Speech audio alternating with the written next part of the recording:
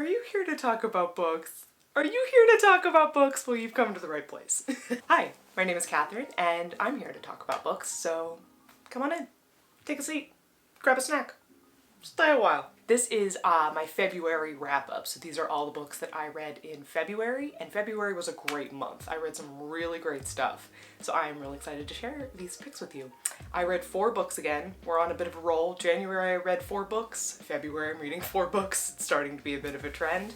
But I'm proud of myself. I try to squeeze in reading when I can, and 4 for me is usually actually a pretty good number. It's quality over quantity, right? So these books are really great, and I'm glad I've selected the ones that I did. I'd rather read 4 really good books than like 10 only so-so books. I should say though, 3 books were really great and 1 was only okay. So that's just something to keep in mind.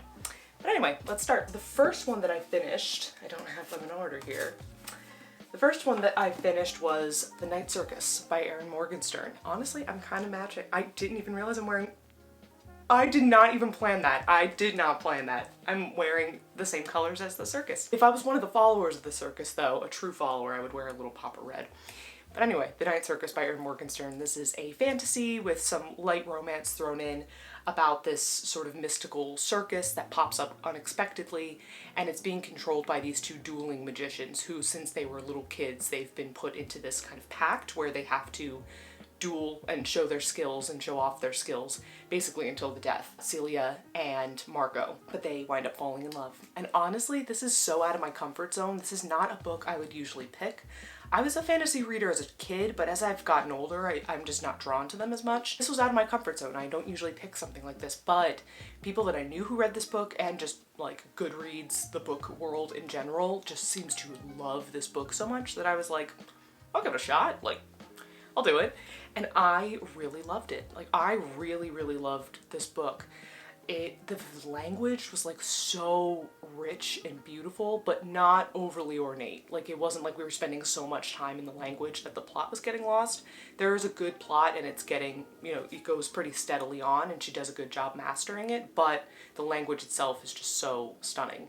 I was a little afraid because historical fiction, sometimes I feel like authors are like, I have to get really into using old-timey slang and the way people used to talk back then. They get really in the weeds with it, and sometimes it just gets a little bit forced and a little weird, but that didn't happen here. Like, their language felt time appropriate, but it did not feel like she was forcing it onto it too much. No one was using or no one was using like more modern day slang. It just felt kind of timeless, and that I think lends itself well to it being like the end of the 19th century. And I just really enjoyed this. There were some great characters. Obviously, I loved Celia and I loved Margot. I loved them together, and I also was happy because I'm not a huge romance person. I'm someone who likes it if it's like in a book, like kind of peppered in, but I don't like necessarily when it's the entire premise of the book, which is hilarious because I guess you could count, like Jane Eyre is one of my favorite books and you can kind of count Jane Eyre as a romance, but whatever. So I'm not usually like someone who loves like marketed romance, but this had the perfect amount for me. Like, the way it was built in it just felt organic, and it felt right. And the scenes of them like coming together and their literal chemistry, like they literally made the lights shake and time stop, was honestly stunning. I don't know if this book is going to be turned into a movie. I don't know how the movie could even really do it justice. The visuals that were going in my head as I was reading this, I was like, this is just simply so beautiful. And the circus itself being this whole world and this place where people can go to escape, and it was a place where Celia and Marco were kind of dueling it out to make it better and better, to the point that it was this out of this world experience. That's incredible. I liked the character Bailey as well. They introduced him early on as a kid, and I was kind of like, where are we going with this? Like, who seems like a nice kid, but like, who is he in this? Especially because he didn't seem to have any sort of magical powers or anything like that. But then as he gets woven into the story more and more, I was like, I see what's happening here, and I like it. Like, it definitely makes sense. I also loved I'm gonna say his name wrong probably, but I loved Tessin. who was the clockmaker kind of turned journalist about the circus. I really loved his character.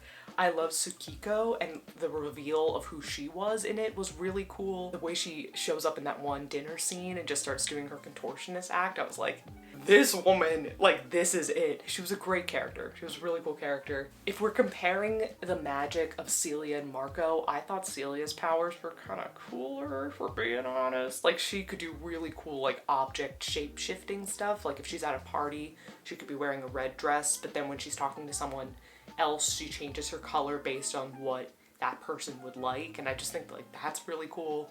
Like the object work that she could do was really interesting, whereas Marco was more so like he could change people's perceptions, which is cool, don't get me wrong, but I felt like there was more care and attention done to Celia's form of magic than Marco's. I honestly thought, I don't know why, I thought that they would like battle more. I don't know why I thought it was gonna be like they're in a ring and they're like it wasn't that. The battleground, so to speak, was the circus, and so that's how they expressed their skills and their magic. So I don't know why I thought it was going to be like a duel, like a full-on brawl, like WWE style. No, it wasn't. So I was kind of looking for that a little bit more, and that wasn't necessarily there, but I wasn't really disappointed. This was really good. This was really, really good. I think I didn't give it 5 stars, and this is a whole video I'll make another time. What constitutes a 5-star for me? What is a 4-star, 3-star? Just to give you an idea kind of my rubric and my metric, because I think the stars are very... it's ambiguous. To me, the star ratings mean enjoyability. Did I enjoy this? And so 5 stars is like, this is my new favorite thing. I'm sleeping with this book under my pillow. I'm obsessed.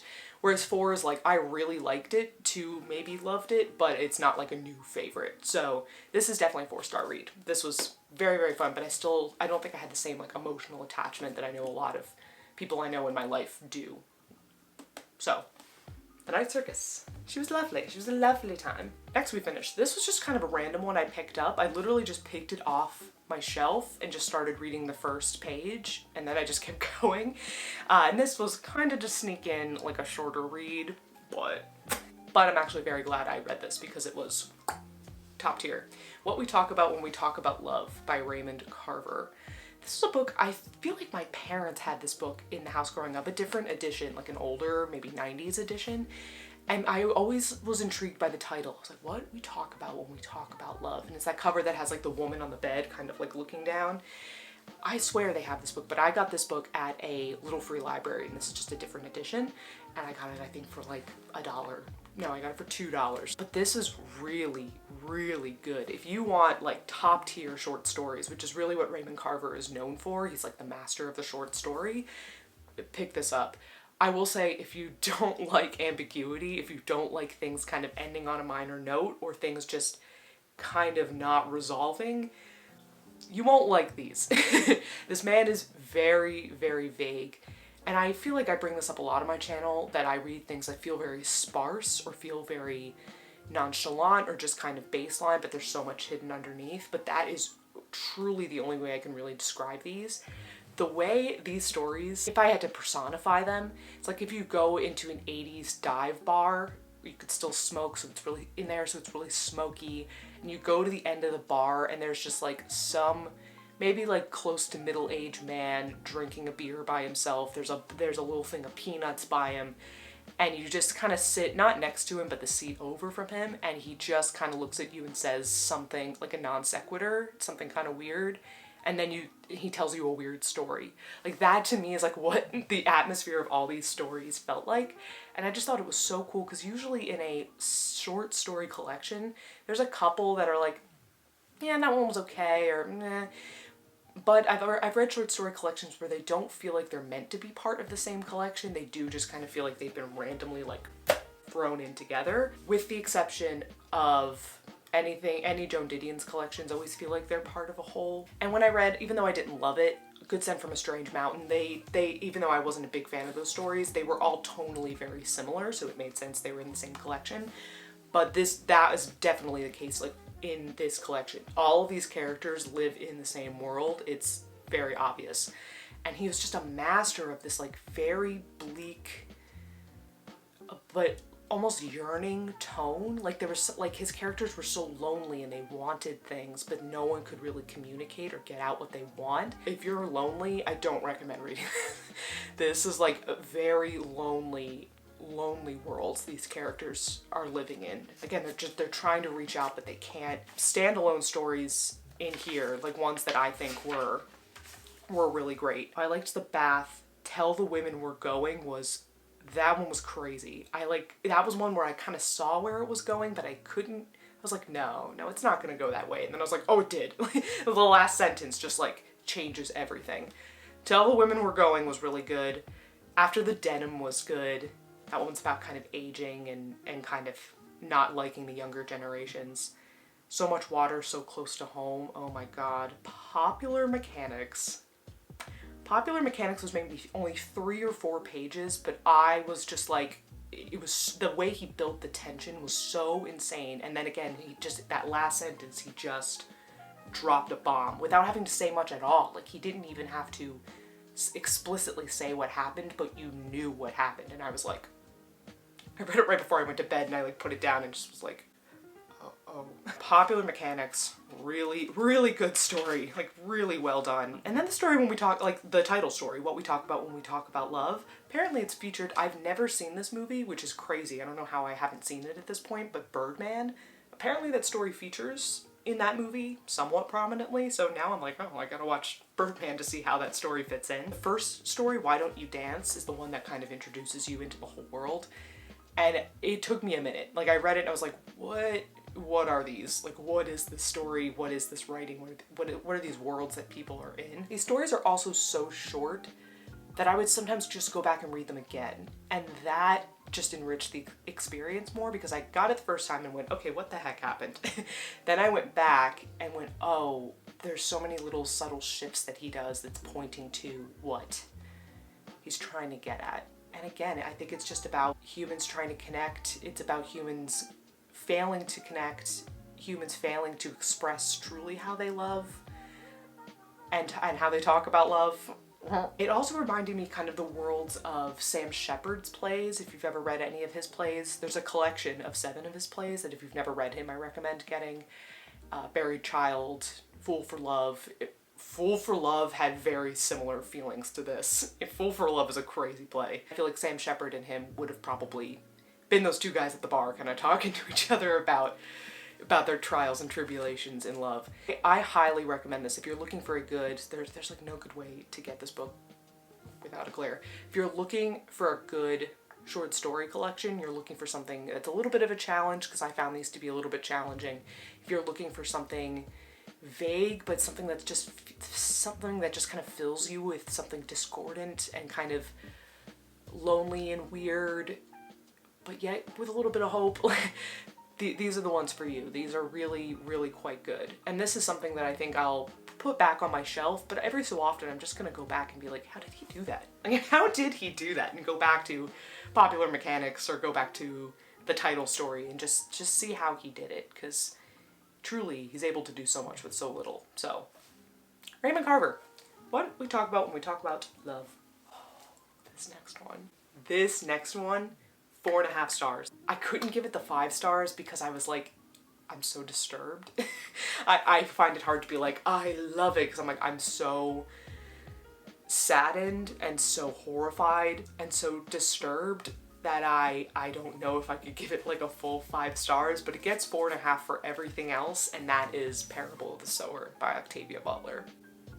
Miss Octavia,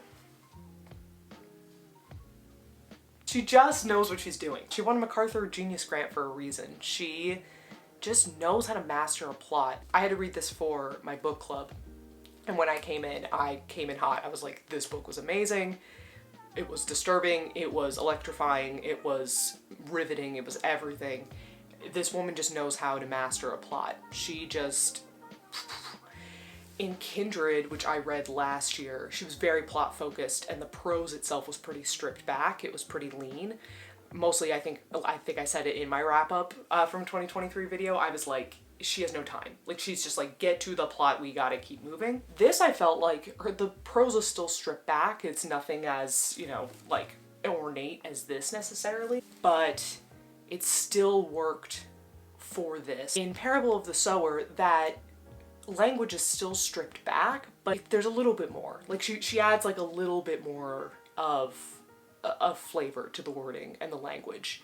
And that's probably because in this book, a character is kind of coming up with a new ideology and a new belief system, and that kind of lends itself to some more philosophical questions, some more moral questions, and that leads to some, you know, to her thinking some very deep thoughts. So that lends itself to some language that's a little bit more ornate. So basically this is about Lauren Olamina. She lives with her family in a little gated community. It starts in the year 2024.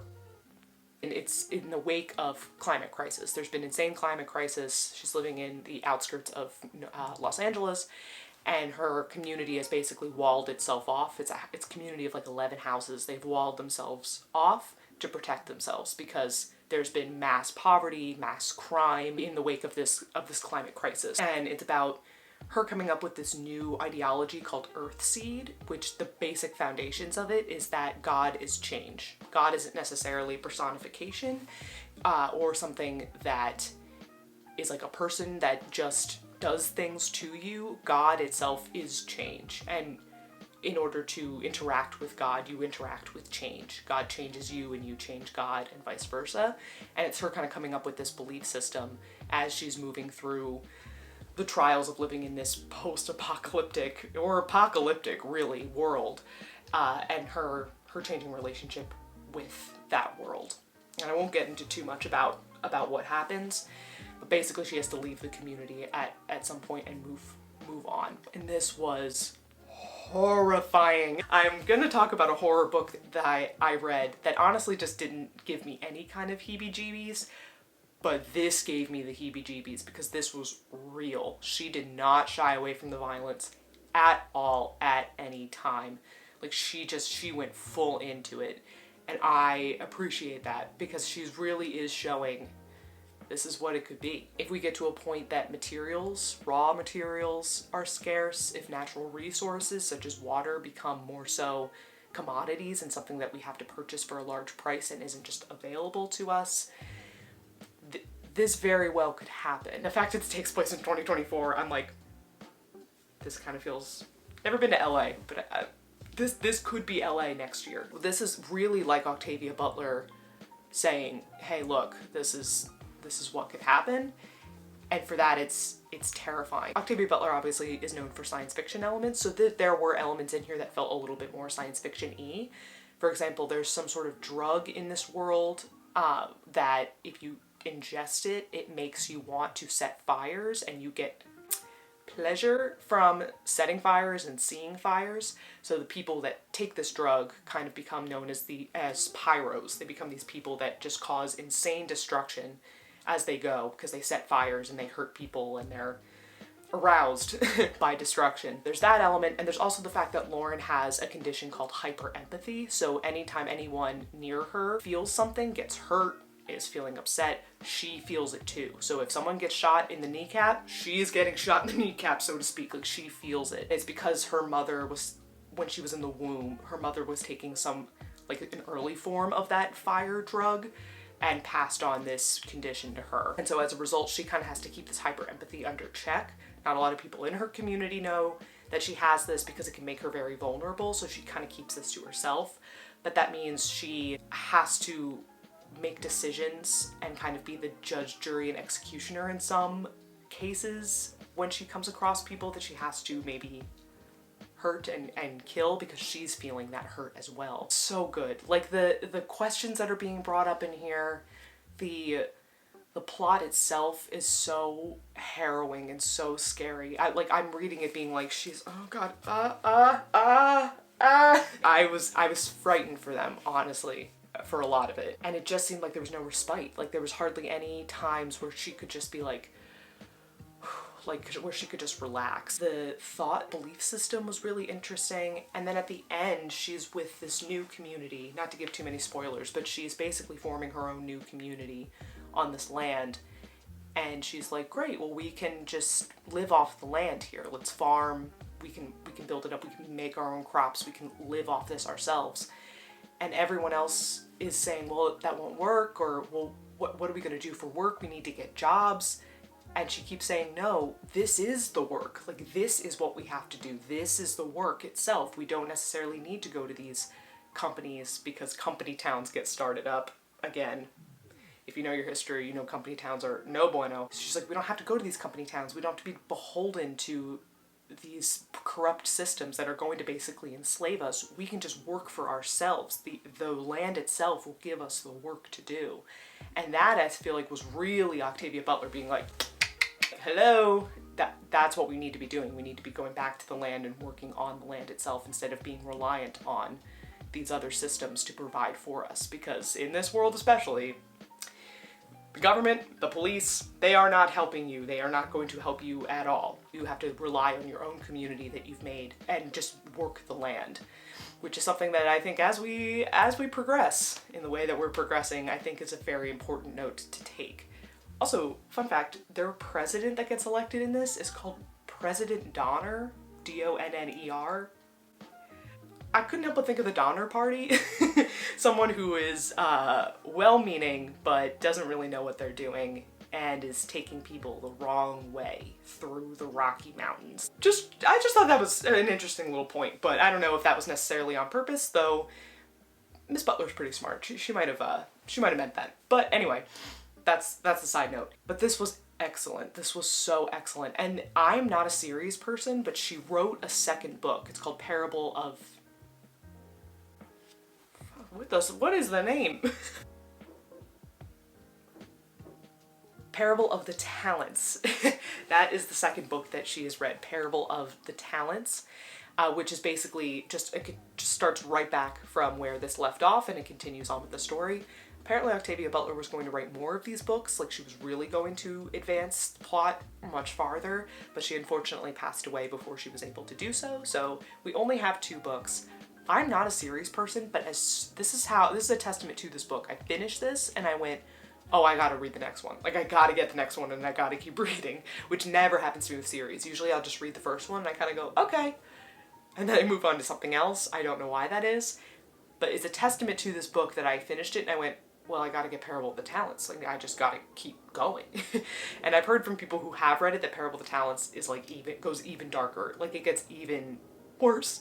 So, you know I want to read it. And I just gotta know what happens. I want to know how Lauren continues with her community, how she keeps developing her ideology. Does she start a religion? This is so good. This was so good. Thank you, Octavia Butler. We're scared. Also, just the interactions with the family. Her father is a minister, and so her home life on the outside, she has a father, a stepmother, and then she has 3 or 4 brothers. She's the oldest. And on the outside it looks so idyllic, but then inside the family is falling apart.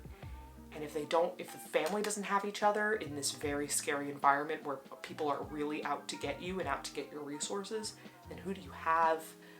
And so it's about family and also found family and making a new community. There's a lot of stuff in here, and I've been thinking about it ever since I finished this. So I'm going to keep this close. We're going to keep this one close. This was so good. The last book I finished in February was an audiobook, and it's The Only Good Indians by Stephen Graham Jones. I wanted to love this. I really wanted to love this because it combines 2 factors that I really like. It combines Native American fiction, so fiction written by Native American people, and it's a horror novel. So this basically tells the story of these 4 young men. They basically go on a hunting trip, and on this hunting trip they kill a young elk. She's very young and she winds up they find out she's pregnant. 10 years after this event, this elk basically kind of comes back to life, or as a spirit comes back to life and haunts these 4 men. So it starts with Lewis and his whole story. Well, actually, I take that back. Basically, it starts with a story at the beginning with Ricky as one of the men, but you don't really know what's going on yet. His blip is very short and very much at the beginning. And then it goes into Lewis's story, it focuses on him for a while, and then it goes to Gabe and Cassidy at the end. They are doing like a sweat lodge ceremony at this elk comes to haunt them. I think the concept was really cool. Like I thought that was really, really interesting, especially because there was very much, there were parallels almost in like how they treated this elk, and killing this elk kind of reminded me of stories that I've heard of how white cavalry or white soldiers, white men treated Native American women, and how maybe it was almost Stephen Graham Jones being like, the consequences of these actions are going to come back to haunt the people that committed them. So when I was making those parallels, I'm like, no, that is very interesting, but a lot of this just fell apart for me. There was parts that were very strong. Honestly, if they just focused on Lewis's story, I think it really would have been very strong. Like if it was like a novella that was just focused on him, because I thought that was really the strongest parts of the book, and the climax of that, I was like, oh no, that's freaky. Like that's actually kind of scary. But the rest of it just felt kind of short for me. The writing itself was, I think, good, but there was something lacking, and I can't quite put words to what it is, but it just felt, I was kind of like, oh, okay. There were some characters I felt for, there were some characters I was kind of like, I don't really know why they're here. Denora, who's the daughter of one of them, so Gabe's daughter, I really liked her character a lot. She doesn't show up until later in the book, until kind of the third section, but I really liked her a lot, and she's the one who at the very end kind of ends things. And I thought that was actually a very strong message. It was basically her being like, stop the violence. Like, the violence ends with me, and kind of ending that generational trauma by saying, I'm the one who's going to not perpetuate further violence. And I thought that was a very strong message, and I really liked that. But along the way, it just kind of lost me. I think also because when I'm reading something with horror, I like it, I think, to stay a little bit cohesive, because then when it ramps up, it really ramps up. Whereas we had Ricky's story in the beginning, and I mean, that wasn't really anything. That almost felt like a prologue. And then Lewis's story like ramped to a pitch, and then it dropped back down again because we had to go to Cassidy and Gage and like build the horror for their story all over again. So it went like crazy prologue almost, Lewis's story, back down to Cassidy and Gabe, and then it didn't even reach the same pitch. I'd say it only got about halfway, and then went back down again. I just don't think that structure, at least for horror, just doesn't really work for me. Which, you know, when I read like a Stephen King book, he often has like other characters and many different points of view that like will spike a little bit in horror, but then when he's ready to like really ramp up, it feels like it's all one thing. But this felt a little disjointed to me, unfortunately, and I just wasn't that scared. Which, it's hard. I find it harder for books to scare me. There's movies that have made me not sleep at night. There's movies that still haunt me and I almost wish I didn't see. But it's very hard for a book to scare me. Probably because it's my own mind trying to shield myself from being too scared.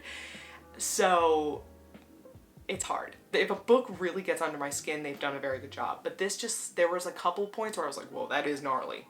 That is a little scary. But it wasn't enough. It wasn't enough for me to like really get behind this book. And honestly, unfortunately, it was an audiobook, so I would listen to it to and from work. And at the end, I was like, I kind of just want to be done with this. So I just like kind of sped through, which is never a good sign. Like, I never want to be like, I need to finish this book, and not be like, because it's so like riveting, more so like I just got to get it over with. And that usually for me, I'm like, that means it wasn't probably the best. It was good. It was good. I gave this 3 stars. It maybe is more of like a 2.75. I just wasn't super into it. It wasn't really for me. So, sorry. And because of that also, I'm kind of taking a break with audiobooks because I'm finding it to be a little bit harder to focus on them because my commute to work, I drive on a crazy street.